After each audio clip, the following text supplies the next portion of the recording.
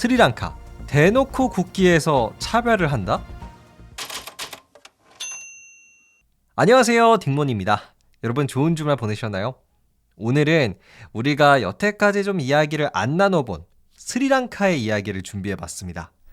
여러분, 스리랑카라는 나라 이름은 되게 익숙하시죠? 근데 사실 저도 굉장히 좀 헷갈렸는데 스리랑카가 어디에 위치해 있는 나라인지 아시나요?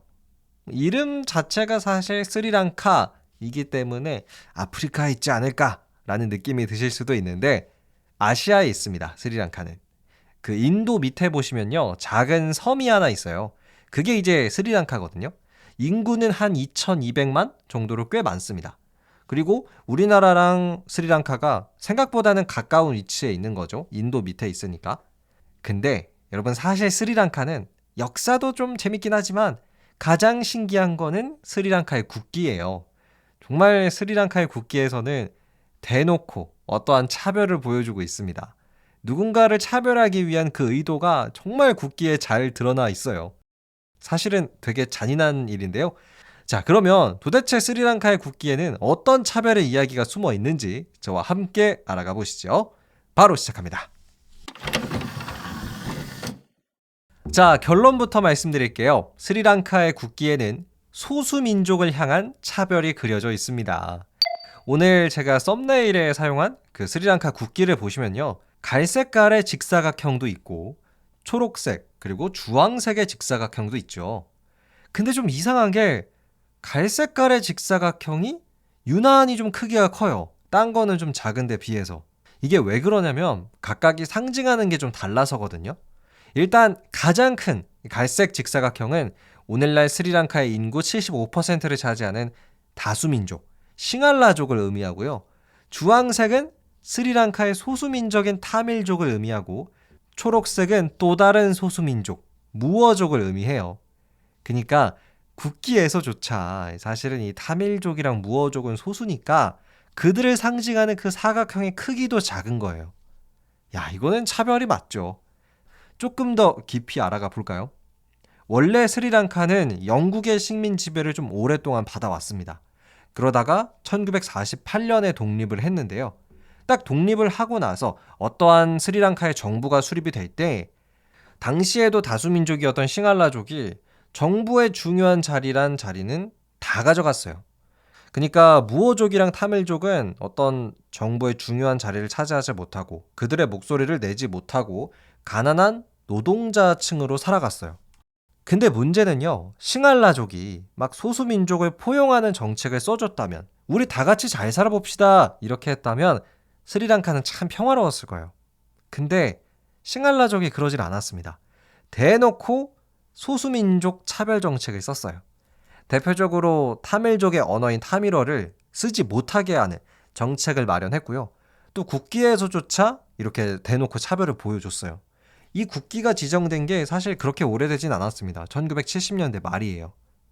자, 그러면 사실 스리랑카에 살고 있는 이 소수민족들은 점점 분노가 쌓일 수밖에 없겠죠.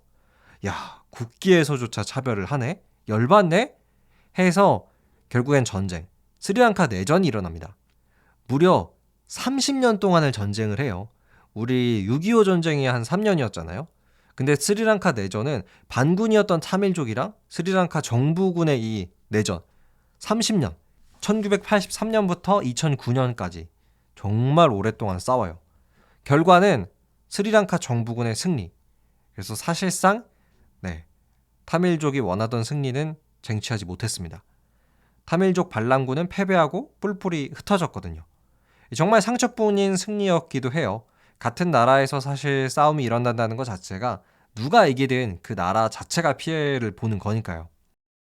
자, 지금까지는 우리가 스리랑카 국기에 숨어있는 차별의 이야기를 좀 알아봤습니다. 다수민족 싱할라족과 소수민족들의 갈등이 그려져 있었죠. 근데 조금 더 국기를 자세히 보시면요. 동물의 왕 사자도 이 국기에 그려져 있단 말이죠. 요거는 왜 그러냐면 스리랑카의 건국 신화랑도 좀 관련이 있어요. 잠시 스리랑카 신화 이야기도 들려드릴게요. 꽤 재밌습니다. 때는 기원전 5세기경이었어요. 인도 북쪽에 방가 왕국이라고 있었는데요. 방가 왕국에는 정말 아름다운 공주가 살았대요. 근데 어느 날 거대한 사자가 이 소문을 듣고 왕국에 찾아오더니 공주를 납치해 가는 거예요. 근데 사자가 너무 크고 무서워서 이 공주임에도 불구하고 아무도 말리질 못했습니다. 결국 공주는 사자한테 잡혀가서 사자의 동굴에서 살면서 심지어 사자의 아이까지 낳았어요. 그것도 2명이나요. 남자의 싱하바오와 여자아이 싱하시왈리였죠. 시간이 흘러서 공주는 사자가 잠시 자리를 비웠을 때 2아이를 데리고 동굴을 탈출하는 데 성공을 해요. 그리고 왕국으로 돌아왔죠. 자, 그런데 몇 년의 시간이 흘렀을까요? 거대한 사자는 잃어버린 공주와 2아이들을 되찾기 위해 방가 왕국을 다시 찾아옵니다. 하지만 이번에는 거대한 사자 앞을 막아서는 전사가 나타났어요. 바로 사자의 아들 싱하바오였습니다. 근데 여기서 좀 애석하게도 서로가 서로를 못 알아봐요. 사자도 자신의 아들인 싱하바오를 못 알아보고요. 싱하바오도 자신의 아버지인 사자를 못 알아봅니다. 결국 아버지와 아들, 부자지간에 좀 비극적인 싸움이 시작됐죠. 결과는 아들 싱하바오가 이겨요. 자식 이기는 부모 없다고 하지 않습니까? 여기서는 쓰면 안 될 것 같기는 한데. 이후 승리한 싱하바오는 자신의 여동생과 결혼을 한 뒤에 아들을 낳았어요. 그 아들이 스리랑카를 건국했다고 하는 위자야 왕자입니다.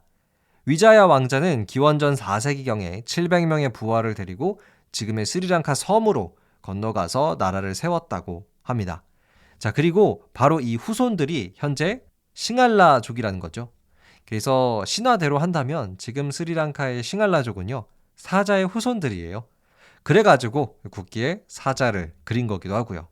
자, 그럼 지금까지 스리랑카 국기에 그려진 차별과 사자의 이야기였습니다. 끝!